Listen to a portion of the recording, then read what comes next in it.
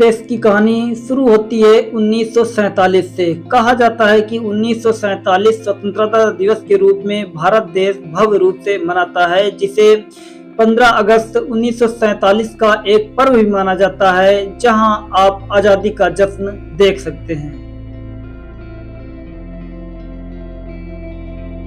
कहा जाता है कि 15 अगस्त 1945 को द्वितीय विश्व युद्ध समाप्त हुआ था और ब्रिटिश की आर्मी सेना ने अपने आप को आत्मसमर्पण कर दिया था और उन्होंने कहा था कि मैं आपका देश छोड़ने के लिए तैयार हूं, आप अपने नियमों को बना लीजिए। और कहा जाता है कि 1947 से लेकर के 1948 तक पूरे अंग्रेज भारत छोड़ करके चले गए थे।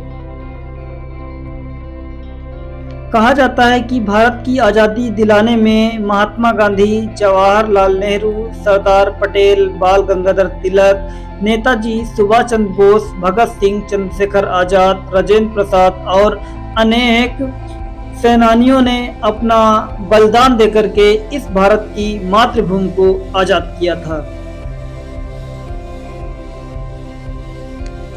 कहा जाता है कि अंग्रेजों को भारत से खेदने के लिए सबसे पहले मंगल पांडे ने अपना विद्रोह शुरू किया था और कहा जाता है कि 160 साल पहले अंग्रेजों के खिलाफ मंगल पांडे ने ही अपना पहला युद्ध शुरू कर दिया था।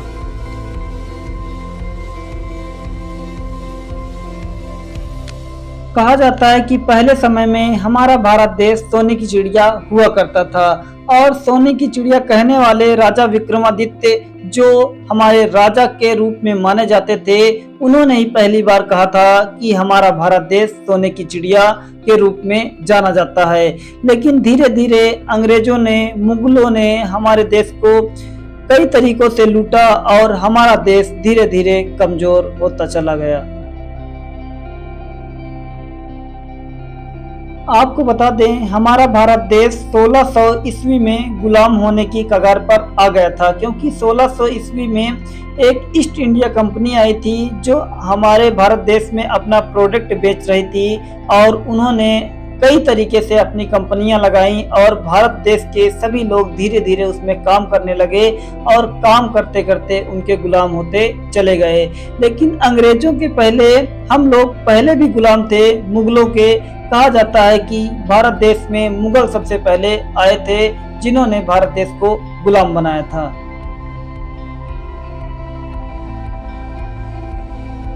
कहा जाता है कि जब सभी भारतवासियों को ये पता चला कि हम लोग गुलाम हो रहे हैं, तो कहा जाता है कि महात्मा गांधी ने अहिंसक प्रतिरोध आंदोलन चलाया, जिसमें सभी भारत के लोगों ने उनका साथ दिया और कहा जाता है कि 1947 में सभी अंग्रेजों को भारत देश से बाहर निकालने में सभी लोग सक्षम हुए।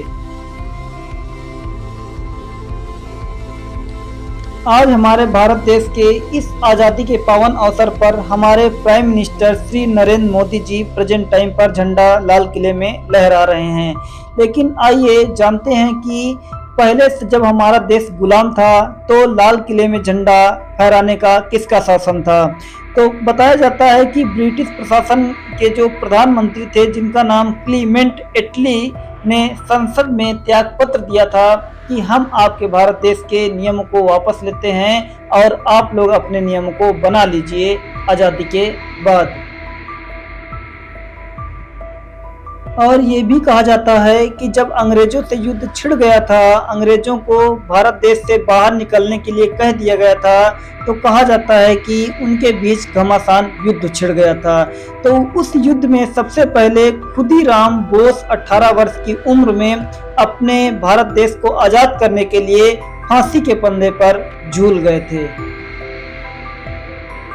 ऐसा कहा जाता है कि पहले भारत देश में इस्लाम नहीं था, लेकिन कहा जाता है कि मोहम्मद गोरी ने भारत देश में कई बार आक्रमण किया और कहा जाता है कि 12वीं शताब्दी में इस्लाम उत्तर प्रदेश में आया था। लेकिन ये भी कहा जाता है कि 630 ईस्वी में मुस्लिम के जहाज़ों को पहली बार समुद्र में देखा गया था।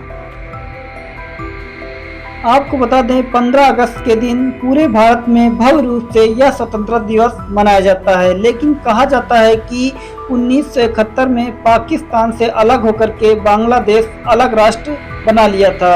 और कहा जाता है कि 15 अगस्त 1975 में मुजीब रहमान के 8 सदस्यों को मार दिया गया था, जिसकी वजह से 15 अगस्त के दिन बांग्लादेश में राष्ट्रीय शोक मनाया जाता है। इस आज़ादी के पावन अवसर पर श्री नरेंद्र मोदी जी ने लाल किले पर 7:30 पर झंडा फहराया था।